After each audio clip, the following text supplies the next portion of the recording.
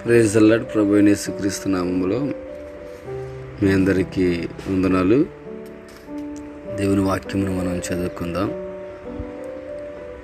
కీర్తనల గ్రంథము 86వ కీర్తన 13వ వచనం.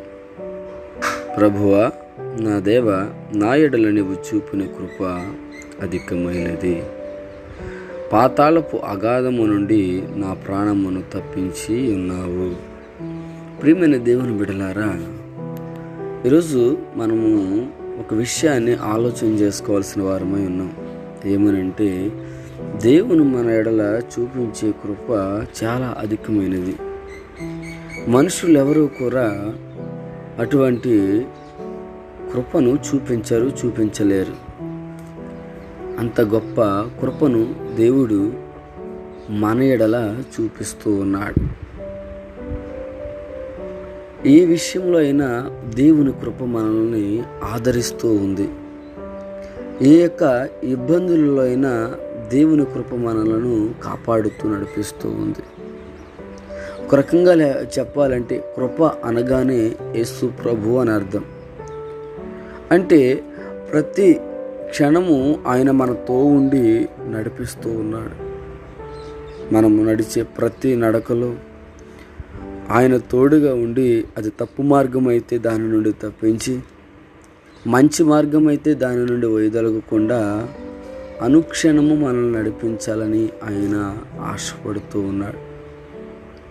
అటువంటి కృప మనము పొందడానికి అర్హులము కాదు, కానీ ఆయన మనకు అనుగ్రహించి నడిపిస్తూ ఉన్నాడు.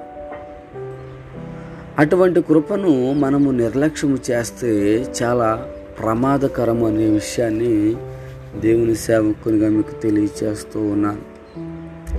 దేవుని యొక్క కృప ద్వారా పాతాళము నుండి మన ప్రాణాన్ని తప్పించుకోగలము. దేవుని యొక్క కృప ద్వారా నువ్వు పరలోకము చేరడానికి అవకాశం ఉంటుంది. అంతే తప్ప దేవుని కృప లేకుండా నువ్వు చేరలేవు అనే విషయము ఎంత మాత్రము మర్చిపోవద్దు అనే సత్యాన్ని మీకు నేను తెలియచేస్తూ ఉన్నాను. ఈరోజు నువ్వు బ్రతికి ఉన్నావు అంటే కూడా ఆయన కృపే. ఈరోజు నువ్వు ఆహారం తీసుకుంటున్నావన్నా ఆయన యొక్క కృప. ఈరోజు నువ్వు చక్కని గృహంలో నివసిస్తున్నావన్నా ఆయన యొక్క ఉచితమైన కృప. నువ్వు చేస్తున్న పనిలో నువ్వు రాణిస్తున్నావంటే దేవుని యొక్క మహాకృప. వేరొకటి అనేది లేదు అనే సత్యాన్ని ఈరోజు మీకు తెలియచేస్తూ ఉన్నాను. ప్రియమైన దేవుని బిడ్డలారా, యెహోషాపాతు జీవితంలో దేవుడు చూపించిన కృపను ఒకసారి మీకు జ్ఞాపకం చేయాలనుకుంటున్నాను.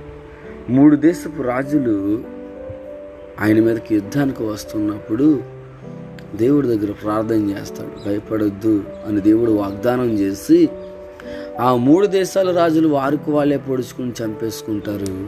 చంపేసుకున్న తర్వాత వీళ్ళు వారి దగ్గర ఉన్న కొల్ల సొమ్ము, బంగారమే కానీ వెండే కానీ రకరకాల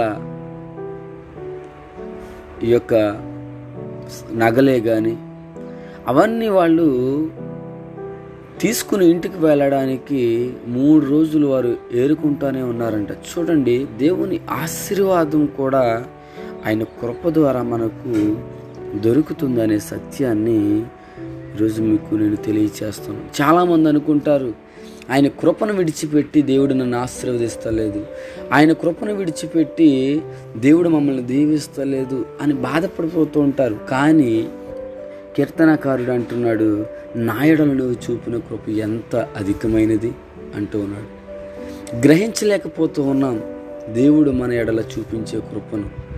గ్రహించలేక, తెలుసుకోలేక మనము ఎంతగానో నిస్సహాయ స్థితిలో ఉన్నట్లు కనబడుతున్నాం. ఈరోజు దేవుడు నీ ఎడల చూపించే కృపను గ్రహించే మనసు నీకుంటే ఆయన నీ జీవితంలో చేసే ప్రతి మేలును బట్టి ఆయన్ని స్తుతించగలుగుతావు, కీర్తించగలుగుతావు, కొనియాడగలుగుతావు. కనుక ఆయన చూపిస్తున్న ప్రతి యొక్క విషయంలో కృపను జ్ఞాపకం చేసుకుని ఆయన గణపరిచేవారుగా ఉండాలని ప్రభునామంలో మీకు తెలియజేస్తున్న మాటలు ముగిస్తున్నాను. ప్రార్థన చేసుకుందాం. పరిశుద్ధుడా నీకే స్తోత్రాలు నాయనా. నిజమే, నువ్వు మా ఎడలో చూపించే కృప ఎంతో అధికమైనది. దాన్ని మేము గ్రహించలేక, దాన్ని మేము తెలుసుకోలేక ప్రభువా సతమతమవుతున్నాం.